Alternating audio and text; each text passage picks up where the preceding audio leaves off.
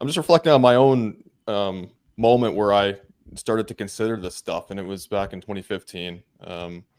Many people kind of started around that time, and I was off work because I had injured my back as a paramedic at the time, and I had some free time to just listen to whatever, right? And I was a big time Rob Skiba person, so I remember he had, I think it was Gon's Canary Cry Radio, if I recall correctly, on his channel, or he heard something on Gonz's channel, and it was about flat Earth. I think it was Mark Sargent's Flat Earth Clues or something like that. It was weird. Like a lot of people kind of kick and scream when they hear it and mock it and make fun of it. For me, it was like, huh, okay, yeah, this probably is correct. Like I really didn't have any like crazy scientific like argumentation to be like, no, but what about this and what about that? I've always been kind of like an open-minded person all my life.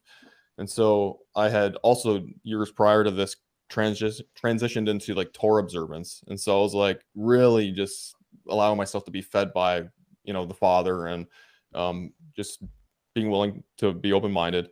And yeah, so when I heard Rob having this interview with Gons, I was like, yeah, that makes a lot of sense to a lot of things in scripture that I've read that in times past I've had to just kind of overlook or chalk it up as poetry. Or we're told, these were herdsmen, these goat herders who really had no knowledge of anything like that. Now we know everything is true based off our scientific method of today. And so I kind of like, I went with that, but I was like, that sucks that I have to believe that. So then when someone like Rob started peeling back the layers of this, I was like, okay, like I've trusted him.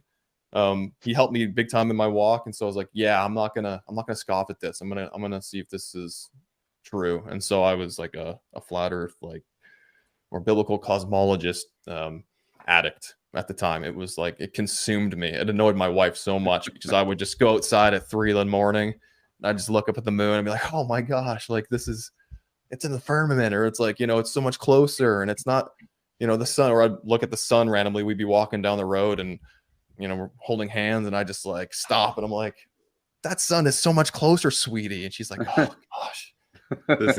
She made that look. I'm like, it's not 93 million miles away. It's like, I think it's a lot closer. I think, so it definitely impacted my life significantly. It made me trust the scriptures more. It made me understand that the Father has a structure that he has built, that he himself lives within, and he's got his giant family all situated in the different levels.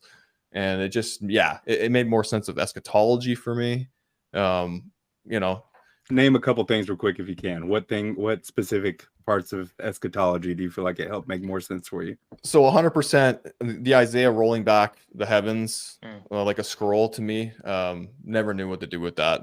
I would always read that or hear people talking about that, and then them talking about the giant rip of the universe, or like just different weird things like that. But I'm like, okay, if the firmament is a tangible structure, I could see that kind of like, Yahweh peeling it back and accommodating it in such a way that allows his house that he has up there literally come down.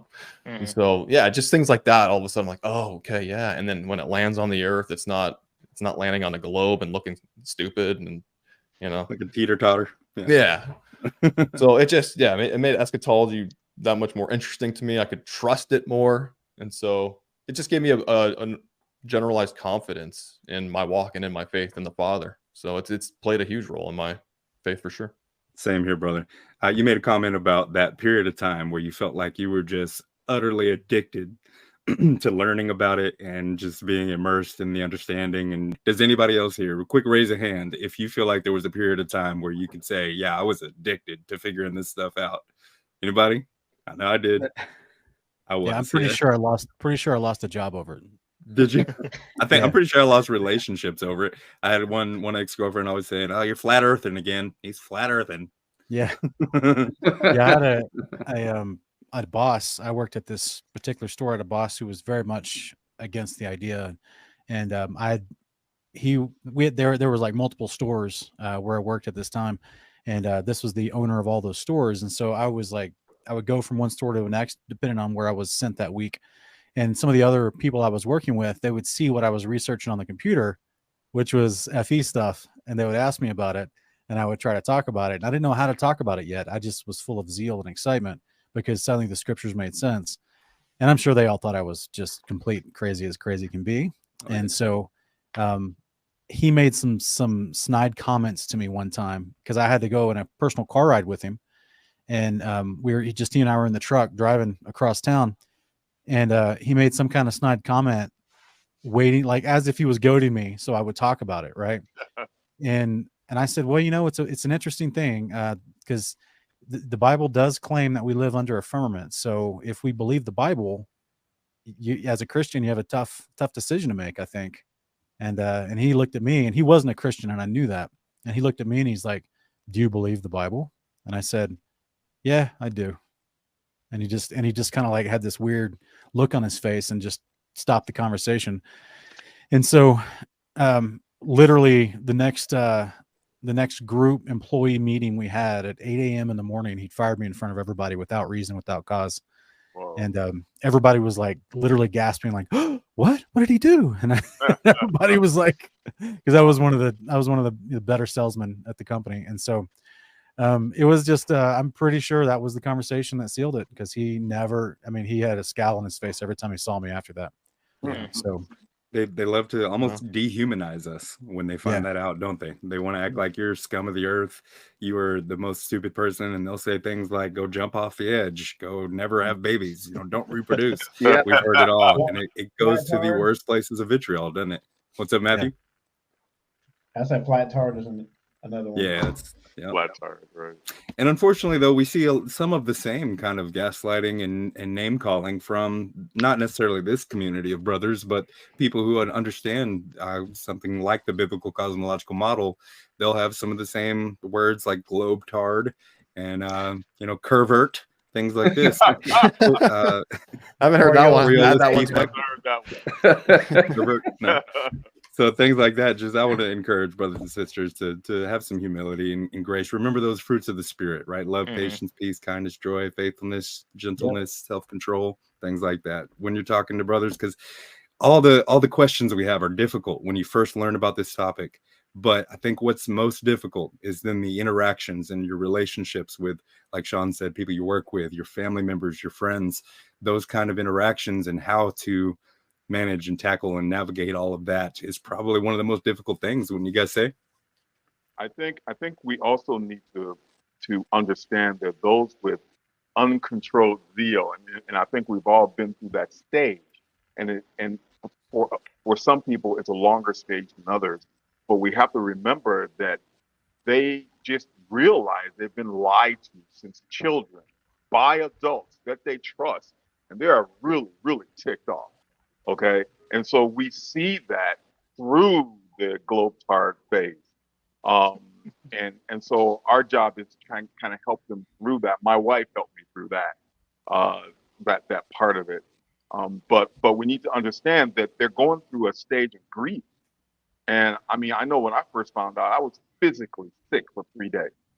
Once I found out space didn't exist, I was physically sick for 3 days. I couldn't tell anyone. Because I didn't just believe in the heliocentric model. I was the original space cadet.